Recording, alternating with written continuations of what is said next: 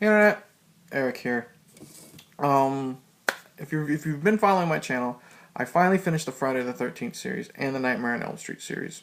And after going through all those films, at the end of those, I just finished talking about the remakes for both series. And after that, I said I'm gonna take a break from doing series. I'm gonna finally do requests from subscribers. I do have, as brief interaction as I do get requests, and I think I've opened Pandora's box because I might get some good films. Like I was requested to review The Mummy with Brendan Fraser, and Looper and other films like that. I was asked to review Three Ninjas from the '90s, which I probably haven't seen in over 20 years. And then I've mentioned on my channel numerous times that I'm friends with a couple guys that do a podcast called The Graveyard Shift with Sheldon and Mike, and they've done a couple reviews on films I've requested, and then I was actually a guest on their podcast for when we were discussing Poltergeist, the Tobe Hooper film, and they did a good job of plugging my channel. We talked about the cartoon commentaries. They suggested a couple of those, which are in there, and then they suggested a movie I'd never heard of, and all I know is it's a movie that both of them have reviewed, and they really, really, really dislike. I went into this blind, not listening to the episode, not knowing anything. All I know is that they truly, truly hate it. I'm talking Hallow's End. Now, this came out in 2003. Since they did a review of a movie called Holidays, which I couldn't stand, I have to review a film called Hallow's End. If you're new to my channel, welcome. I do discuss plot spoilers and specific scenes, so watch at your own risk. Wow. I knew I was going into this. I was going into this with an open mind because I like a lot of stupid shit. I like a lot of stupid horror films. But they were not sugarcoating how much they hated this. I remember when it's hard to find. I couldn't find it streaming online. It's hard to find the trailer on YouTube. So Sheldon, the nice guy he was, sent me the file to watch, and in his words, it was, "Eric, did you get the file?" "Yes." "Does the file work?" "Yes." "Good. Then I can be rid of this for the rest of my life." So that's not really helping me. I tested the file, and I watched the first 10 seconds, and it started out with this horrible music. So horrible that my wife asked me what I was watching, and she asked me to mute it or turn it off. And it's been a couple months since then, so I started watching this on the computer, earbuds in so it doesn't piss off my wife again. And about 32 minutes in, it crashed, so I had to finish watching it on my phone. Not a good sign. Alright, here we go. Hallow's End, 2003. Alright, it starts, and I'm going to spoil the hell out of this. I took a lot of notes, dude. Alright, starts off, and we see what appear to be druids, but they look more like Jawas because they got the potato sacks, because you could tell just it's cheaply made robes. They're reading from a devil-worshipping book, a ripoff of the Necronomicon. I don't know. And I don't know who the director or any of the actors are because, like I said, I know nothing of this film going into it. And I'm doing this review right after watching it upstairs. So whoever the director was, after the Jawas are reading from the Necronomicon, he decides to take the camera and do like multiple 360 shots, so you can see the whole room and everybody in it. And after like number 7, you're dizzy as hell. And then they're all killed. They're all killed in the dark by something. And you see bloody handprints and really bad fake, severed limbs and stuff like that. I know what I'm getting into, so I'm like, okay, expectations are really down. And like I said, I like a lot of stupid shit. And then we get the opening credits, which are in like the fonts of, say, if you're playing like Nintendo 64 or Super Nintendo, and it's like gothic type of fonts. Okay. So then we meet this, basic plot is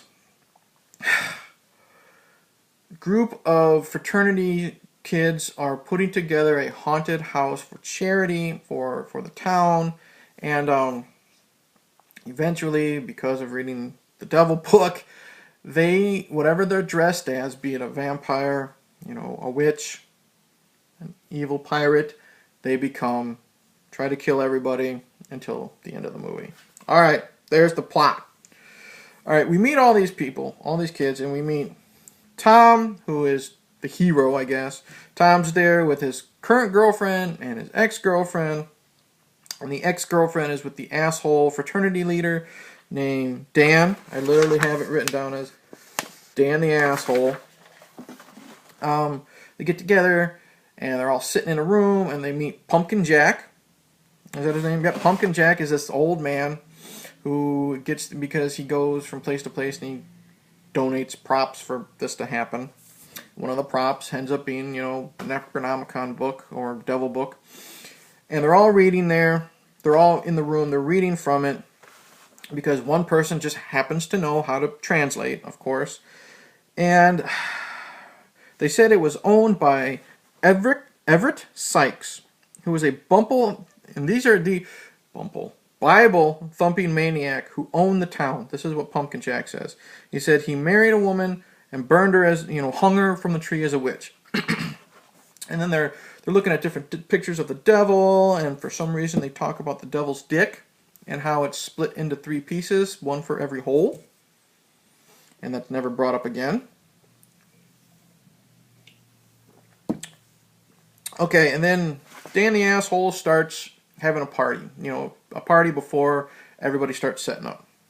And, of course, he's trying to talk to Tom and say, hey, everything's cool. We'll get along. And, of course, they try to lift up a beer keg, and he spills the beer, and Tom spills the beer on Dan, and Dan becomes the asshole. And Dan tries to start a fight, but he tries to swing at 2 guys, and he can't hit a punch no matter what. So not only do you hate Dan, I mean, he's not like Tina from Friday the 13th 7. Not Tina. Melissa from Friday the 13th 7. This evil bitch, this maniacal bitch that you want to die, but you can't stop watching because the performance is so good. This actor, whoever plays Dan the asshole, he just fucking sucks. He's horrible. He can't throw a punch, but someone should throw a punch at the actor because he's just that bad. He's horrible. You want him to die, but you want him to die early just so you don't have to see his acting anymore. And then it's just a bunch of drunken people getting horny with their bad acting. Finally, we get a guy killed at 28 minutes. Killed with a hook or something, a garden hoe, those 3-prong things. And nothing's spoken of it again. A few minutes later, my computer crashes. The file crashes, so I have to watch the rest of it on my phone. So again, not a good sign. Then we get to sex scenes. Unerotic sex scenes. You got the horny, bad acting Asian chick who's banging her boyfriend. We get some good nudity afterwards. She gets up and gets dressed. But you don't care. It's unnecessary. I think they threw it in there because gotta have sex in a horror movie. Then we find out that Dan's current girlfriend, who is Tom's ex-girlfriend, is now a lesbian for some reason. She met this blonde chick, and now they're lovers. And we get some lesbian sex. Some very unerotic, uninteresting lesbian sex to what I've called a discount John Mayer song. I don't mean like it's a horrible John Mayer song. I mean it's somebody singing in the tone of John Mayer. And you don't want that. That doesn't make anything sexy. Even as bad as this lesbian scene was, or unerotic, John Mayer type music isn't going to help. Alright. So again, 2 unnecessary sex scenes, which are usually thrown into horror movies, but there's no chemistry between either couple, so you just don't care. You can't get into it. It's not, no pun intended, it's not titillizing or anything like that. You don't care. Then we get the montage of them setting up the haunted house to like a generic blues tune with like saxophones and blues guitars, and it's just really, really retarded. Again, this is just filler. It's just filler because, right here, file crashed on my computer after 33 minutes. Alright, it's just filler.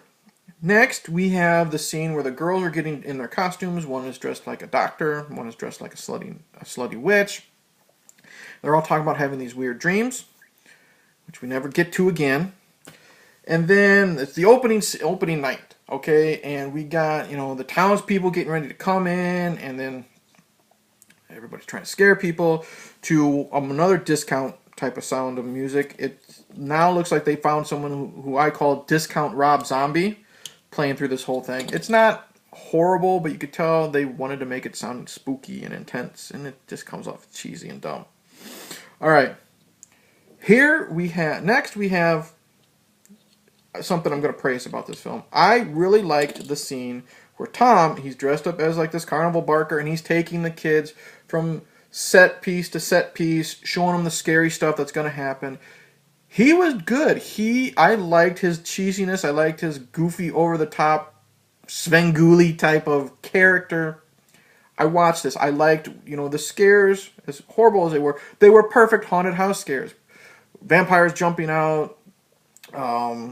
There was, what was his name? Asshole Dan was a ghoul, and he came out, pissed off, and he started shoving Tom for no reason. And, the evil witches and the doctors and pirates, for some reason, happened. So it was good. I liked that. It was a fun scene. Then we get some more filler with Tom wanting to stand up to Dan. Never stands up to Dan. Then we get lots of close-ups on an evil-looking pumpkin. Pumpkin looked good. And then Asian chick is dressed as a vampire. She wants to bang her brother. I wouldn't be surprised. She wants to bang her boyfriend in the coffin. But she says, no glove, no love. So at least it's pro-safe sex. And then the shit starts to hit the fan. Everybody's starting to get possessed, and we get a bunch of close-up shots of chairs rocking with no one in it. And then you got one of the dead body props making googly noise, like noise as it's happening, and it's just really, really stupid. Okay. 1 hour into the film, I think it's the pirate. He sticks his hand in the monster pumpkin for some reason, and it bites his hand off screen.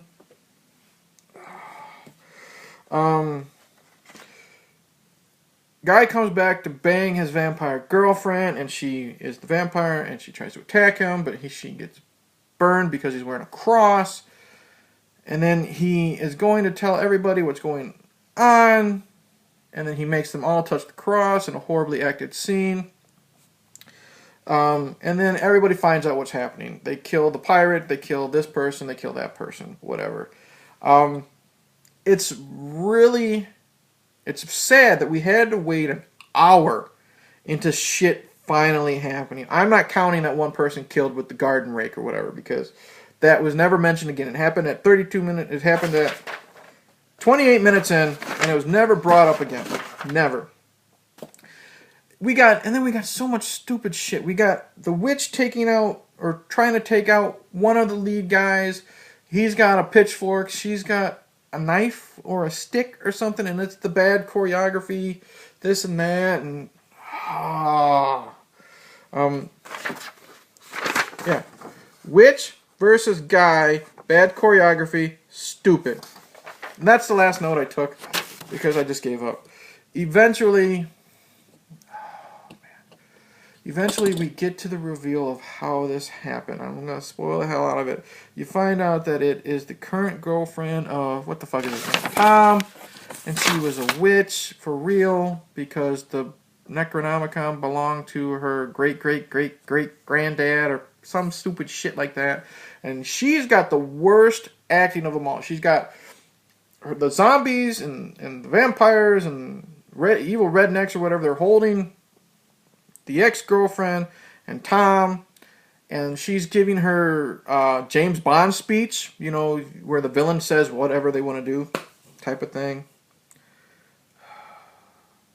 Of course, they get away, and for some reason, I don't remember, because I was bored by this time, the monsters turn on the witch girl, and they all, they do that whole, like, doggy pile thing, where, like, she's hunkered down, and they, got the camera shot above them where they're reaching down to get her, but she cries instead of screaming as they eat her.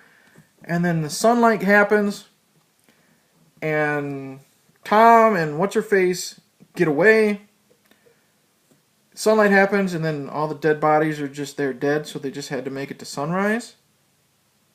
And Pumpkin Jack comes in, takes the book, says, "You're not the first person I gave this book to," and then you find out that the ex-girlfriend has the book, and she wants to bring the lesbian back to life because she loves her so much, even though they've only been having sex for a month. And then it ends. And it ends at 1 hour and 26 minutes. These are the slowest fucking rolling credits I've seen in a long time. And I think it's because they're so slow, they made it so slow so they could reach the 90-minute mark for a film. That's Hallow's End. Wow. This was garbage. This was crap. This was boring. I didn't care about the bad special effects. I didn't care about the bad acting because I wasn't expecting much. To be honest, I was expecting a lot worse from what Sheldon and Mike told me. But what saved it, funny to say, at least from being a total piece of garbage movie, I liked that sequence where Tom is doing, I'm going to call him his Svengoolie impersonation, the cheesy guy. He's walking him from different set to set. That was fun. I actually enjoyed that. But the rest of this was garbage. We don't know anything about the druids from the beginning. Pumpkin Jack is, I think, supposed to be, just a scary old man. And the acting is bad. They got to throw the lesbians in there for some reason. It was like Black Swan. When you have a lesbian scene, when I watched Black Swan, you got those two hot chicks, Natalie Portman and what the fuck is her name? Mila Kunis. Two hot women, and I thought that sex scene came off pretty underwhelming. You got two really attractive girls here doing a lesbian scene. It's not as graphic, like, going down on each other. They make out and they're shirtless and stuff like that. But the John Mayer song just kills it. It's so unerotic, so uninteresting. There's so much stuff thrown in here just to make the movie longer. Like I said, I'm talking about weird dreams that never happens. It was overall, it's not the worst horror movie I've seen ever. That would probably be Bloody Murder. It's not the worst movie I've seen ever. I would rather watch this again than ever watch Dune again. But this was a waste of 90 minutes. I think I would rather watch this a second time than actually finish Holidays. So I think Sheldon and Mike got the short end of the stick there. But I do not recommend this at all. If you want, I wrote this down. If you want a shitty movie, a shitty horror movie, which actually keeps you entertained by being so bad it's good. This is not so bad it's good. This is so bad it's crap. I recommend The Wickeds from 2005. Ron Jeremy plays a grave robber, and he comes off into a cabin which is being possessed by ghosts and zombies. I would rather watch that again. As dumb as that was at least fun. Hallow's End, pure garbage. Other than Svengoolie. So, yeah. In the end, I will say, Sheldon and Mike, I expected worse, but you're still assholes. That Hallow's End, it could have been worse. That'll be the tagline on the shitty poster. Hallow's End, it could have been worse. But it should have been better. So, I don't know how this review came out because this film is just so fucking dumb. But it wasn't painful dumb. It wasn't Star Wars, a holiday special dumb. Speaking of Jawas. Anyways, I've rambled enough about this piece of shit. That's my review. That's, if you call it a review, that's my trashing of this film. Please like and subscribe. Please send in suggestions. Click the bell. Tell your friends. Go check out my buddies, Sheldon and Mike, on the Graveyard Shift. They have a funny podcast. Not safe for work. But it's very, very hilarious. I've been binge listening to them quite some time this week. I finally finished their episode on It, the 1990 miniseries, which they entitled Pennywise for Your Thoughts. Very good. So yeah, go check out the Graveyard Shift. Do not check out Hallow's End. Cheers, and fuck you guys.